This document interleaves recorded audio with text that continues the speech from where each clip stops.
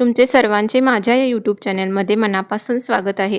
आज आपण या व्हिडिओमध्ये मसाले भात ही रेसिपी पाहणार आहोत।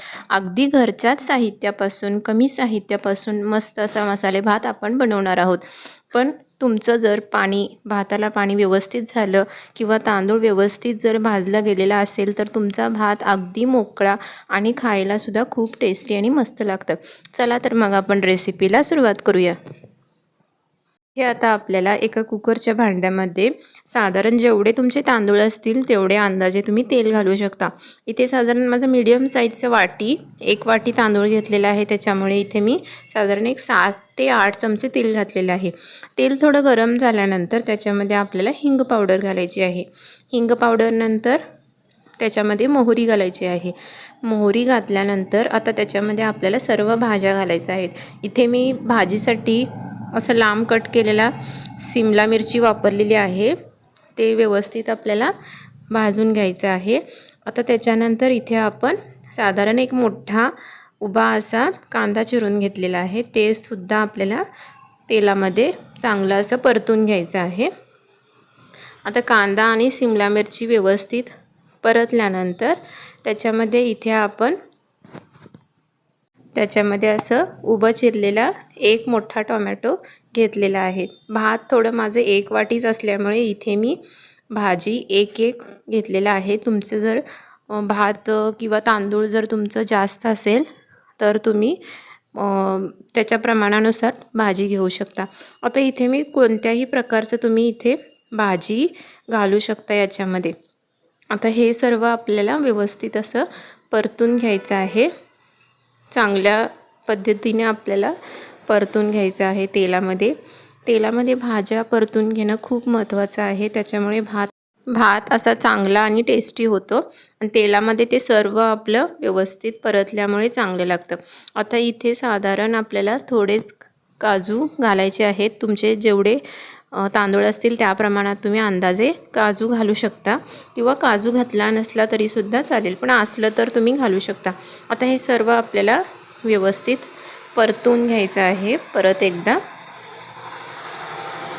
तुम्ही बघू शकता किती छान पद्धतीने आपलं सर्व भाज्या परतून झालेल्या आहेत। आता याच्यामध्ये इथे मी स्वच्छ पाण्याने तांदूळ एक वाटी धुवून वाळवून घेतलेला आहे। तुम्ही धुवून पुसून व्यवस्थित तांदूळ घ्यायचा आहे। इथे मी एक वाटी तांदूळ घेतलेला आहे। आता तांदूळसुद्धा आपल्याला साधारण 2 ते 3 मिनटासाठी मीडियम गॅसवरती सर्व भाज्यांसोबत चांगलं असं परतून घ्यायचं आहे। तांदूळसुद्धा आपल्याला व्यवस्थित परतून घ्यायचं आहे। आता याच्यामध्ये आपण बारीक चिरलेली कोथिंबीर घालूयात। फोडणीमध्ये जर तुम्ही कोथिंबीर घातला तर त्याची टेस्ट खूप छान लागते। इथे मी साधारण 2 चमचे शाही बिर्याणी मसाला वापरलेला आहे। एव्हरेस्ट कंपनीचा शाही बिर्याणी मसाला वापरलेला आहे। आता ते मसाला झाल्यानंतर त्याच्यामध्ये साधारण एक अर्धा चमचा हळद घालायचा आहे। हळद घातल्यानंतर चवीनुसार आपल्याला मीठ घालायचं आहे। त्याच्यानंतर इथे आपण थोडीशी साखर घालत आहोत। साखर आणि मिठाचं जर बॅलन्स व्यवस्थित झालं तर तुमचा भात खूप टेस्टी होतो, त्याच्यामुळे थोडं साखर तुम्ही घालायचं आहे। आता परत एकदा आपल्याला हे सर्व व्यवस्थित परतून घ्यायचं आहे। पण गॅस ज्यावेळी आपण तांदूळ वगैरे भाजतो तेव्हा गॅस आपला मीडियम फ्लेमवरतीच ठेवायचा आहे।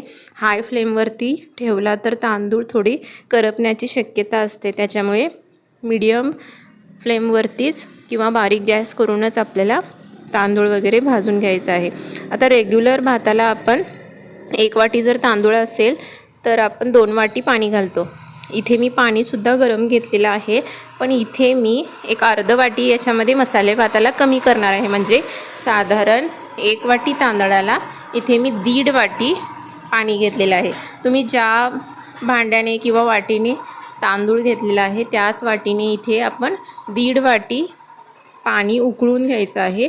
1.5 वाटी पाणी घालायचं आहे।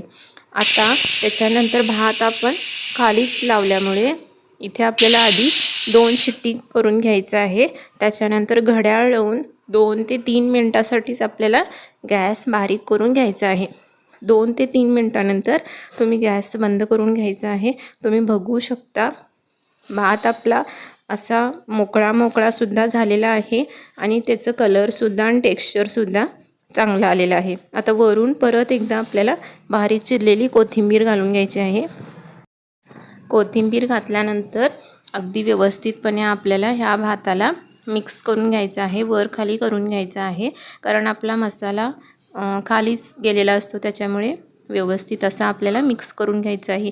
ही भाताची रेसिपी तुम्ही नक्की ट्राय करून बघा, खूप छान आणि पाण्याचं प्रमाणसुद्धा अगदी बरोबर आहे आणि तुमचा भातसुद्धा असा मोकळा होईल आणि खायलासुद्धा खूप टेस्टी लागतं. आता हे मसाले भात तुम्ही कशासोबतसुद्धा खाऊ शकता. गरम भातामध्ये साजूक तूप किंवा लोणच्यासोबतसुद्धा खाऊ शकता. माझा हा व्हिडिओ जर तुम्हाला आवडला असेल तर लाईक, शेअर आणि सबस्क्राईब करा.